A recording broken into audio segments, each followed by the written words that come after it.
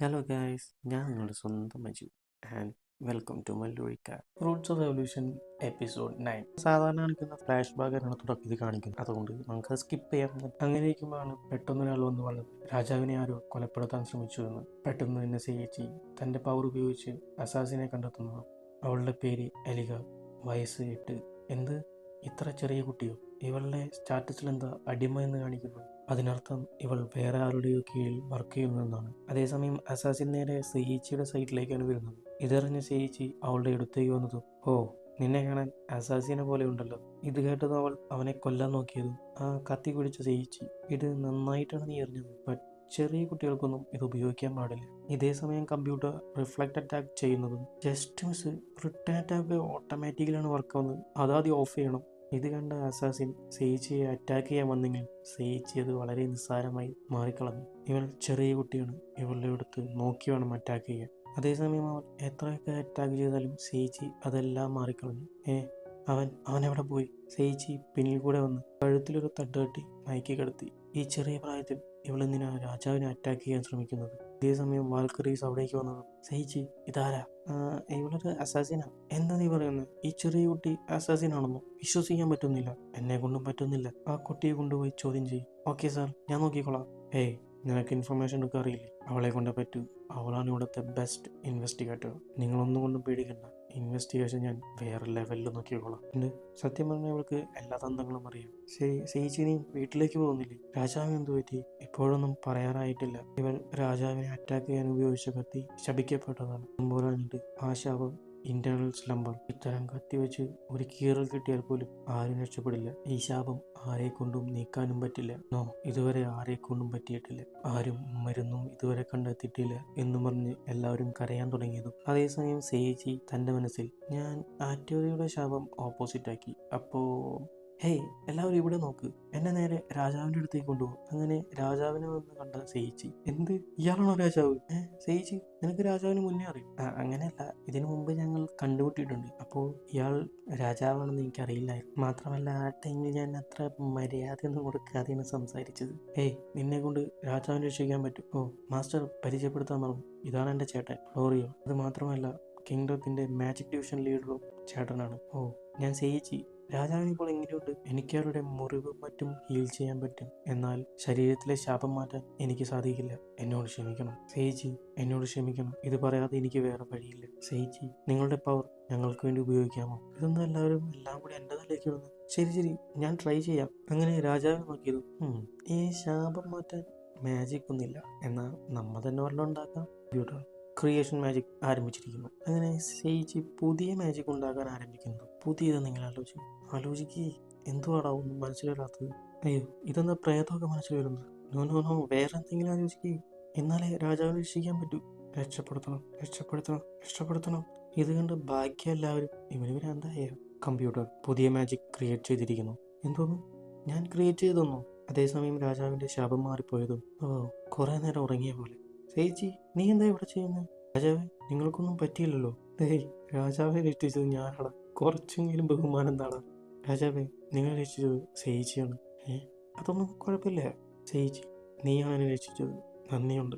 പറയ്, നിനക്കെന്താ വേണ്ടത്? എനിക്കൊന്നും വേണ്ട മാസ്റ്റർ. നിങ്ങൾ ഞങ്ങളുടെ രാജാവിനെയാണ് രക്ഷിച്ചത്. അപ്പോൾ ഈ നാട്ടിലെ എല്ലാവരെയും രക്ഷിച്ചതിന് തുല്യമാണ്. അതുകൊണ്ടൊന്നും വേണ്ടെന്ന് പറയാൻ പാടില്ല. സെയിച്ചി, ഒരു രാജാവ് എനിക്ക് എന്തു വേണമെങ്കിലും ചെയ്യാൻ പറ്റും. അതുകൊണ്ട് നിനക്ക് വേണ്ടി ഞാൻ എന്തും ചെയ്യും. അങ്ങനെയാണെങ്കിൽ എനിക്കൊന്ന് വേണം. അതേസമയം മറ്റൊരു രാജ്യത്ത്, രാജാവേ, എനിക്ക് നിങ്ങളോടൊന്ന് ചോദിക്കണം. എന്താ സാഗിയോ? എനിക്കൊരു കാര്യം അറിയാനുണ്ട് രാജാവേ.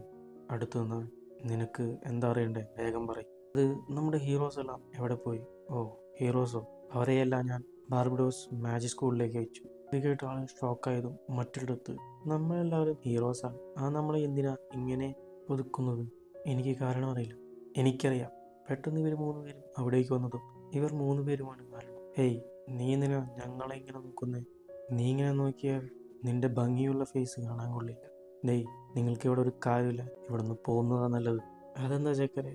നിന്നെപ്പോലെയുള്ളവരെ സ്ട്രോങ് ആയുള്ള ടീംസിലൊക്കെ ഞങ്ങൾ കൺട്രോൾ ചെയ്താൽ എങ്ങനെ ഉണ്ടാകും? ഇത് കേട്ട് ഇവരെ അടിക്കാൻ റെഡിയായതും, നീ സീനിയറിന്റെ മുമ്പിലൊന്നല്ല. ഓ, എന്നാ വാടാ, അടിച്ചു തന്നെ തീർക്കാം. ഡാവാ, തല്ലൊന്നും വേണ്ട. അങ്ങനെയാണെങ്കിൽ ഒരു രസം ഉണ്ടാവില്ല. നമുക്ക് ചെയ്യാൻ വേറെ പണിയുണ്ട്. ഹീറോസിനെ ഈ അക്കാഡമിയിൽ വേർതിരിച്ചാണ് കാണുന്നത് എന്നാണ് ഞാൻ സംസാരിച്ചത്. ഓ, അതാണോ കാര്യം? അതിന് കാരണം അറിയും. ദേ നോക്ക്, ഇതാ മൂപ്പം തന്നതാണ്. ഇത് വെച്ച് ഈ അക്കാഡമിയിൽ പറയുന്ന എല്ലാ മാജിക്കും ഞങ്ങൾക്ക് ഉപയോഗിക്കാൻ പറ്റും. ഇത് കണ്ടിട്ട് നിനക്ക് എന്ത് മനസ്സിലായി? ഹീറോസ് ഒന്നും അത്രയ്ക്ക് സ്ട്രോങ് അല്ല. നമുക്ക് ജീവിക്കാൻ വേണ്ടി നമ്മൾ എന്ത് വേണമെങ്കിലും ചെയ്യും. അത് തന്നെയാണ് ഞാനും ചെയ്യുന്നത്. ഇതൊന്നും ശരിയായ കാരണമല്ല. നല്ലവന്മാരായതുകൊണ്ട് നിങ്ങൾക്കൊന്നും ഇവിടെ മാറ്റാൻ പറ്റില്ല. ഇവന്മാരോട് സംസാരിച്ചിട്ട് എന്താ കാര്യം? വാ, നമുക്ക് പോവാം. വാടാ. അതേസമയം സെയിച്ചി, ഈ കൊട്ടാരത്തിൽ ഇത്ര വലിയ കുളിമുറി ഉണ്ടെന്ന് എനിക്ക് വിശ്വസിക്കാൻ പറ്റുന്നില്ല. സെയിച്ചി, ഇതാണ് സ്വർഗം. നിനക്കത് കേൾക്കുന്നില്ലേ? അതേസമയം ആ അസാസിനെ ചോദ്യം ചെയ്യുന്നില്ലേ? ഞാൻ എത്രയൊക്കെ ചോദിച്ചാലും അവളൊന്നും പറയുന്നില്ല. സോറി, എന്നോട് ക്ഷമിക്കണം. നിന്റെ ശരീരം പണ്ടത്തേക്കാൾ സോഫ്റ്റ് ആയിട്ടുണ്ടല്ലോ. എനിക്ക് അങ്ങനെ തോന്നി. സെയിച്ചി, രാജാവിൻ്റെ അടുത്ത് എന്താ വേണ്ടതെന്ന് നിങ്ങൾ അറിഞ്ഞു? എനിക്ക് വലിയതൊന്നും വേണ്ട. ലൂസിയും അവളുടെ കൂടെയുള്ളവരുടെയും കൂടെ ട്രെയിനിങ് എടുത്താൽ മതി. എന്ത്? നമ്മുടെ ഒപ്പം? മാസ്റ്റർ നല്ല വ്യക്തിയാണ്. ഞാൻ ഇതുവരെ കണ്ടതിൽ മാസ്റ്റർ മാത്രമാണ് നല്ല വ്യക്തി. ഞാൻ എല്ലാ മാസ്റ്ററിനും പറഞ്ഞു കൊടുക്കും. സത്യമായിട്ടും ഇവൾ എന്തെങ്കിലും ചെയ്യും. അതേസമയം ഇവിടെ മൂന്നാളും. സെയിച്ചിക്ക് എന്താ പറ്റിയത്? എന്തെന്നാൽ സെയിച്ചിയെ കൊണ്ടുപോയത് വാൽക്കരി ടീംസിലെ 2 സുന്ദരികളാണ്. അതിലെന്താ പ്രശ്നം? പ്രശ്നമെന്നോ? അവൻ പോയ പോക്കിൽ വേറൊരു പെൺകുട്ടിയെ കൊണ്ടുവരാനും ചാൻസ് ഉണ്ട്. നിങ്ങൾ എന്തിനാ പേടിക്കുന്നത്? സെയിച്ചി സ്മാർട്ടാണ്. എവിടെ പോയാലും ജയിച്ചിട്ടേ അവൻ തിരിച്ചു വരും. എന്നാലും എനിക്ക് അസൂയപ്പെടാതിരിക്കാൻ കഴിയില്ല. പിന്നെ ആറ്റോറിയ മനസ്സിൽ ഐ ലവ് യു. പോടി അവിടുന്ന്. ചേച്ചി, നിന്നെപ്പോഴാണ് എനിക്ക് വേണ്ടത്. മാറിക്കോളുന്നു. യഥാർത്ഥ പ്രണയം വേദനയിൽ മാത്രമാണ് അറിയുക. ദൈവമേ, എനിക്ക് ആലോചിക്കാൻ പോലും കഴിയുന്നില്ല.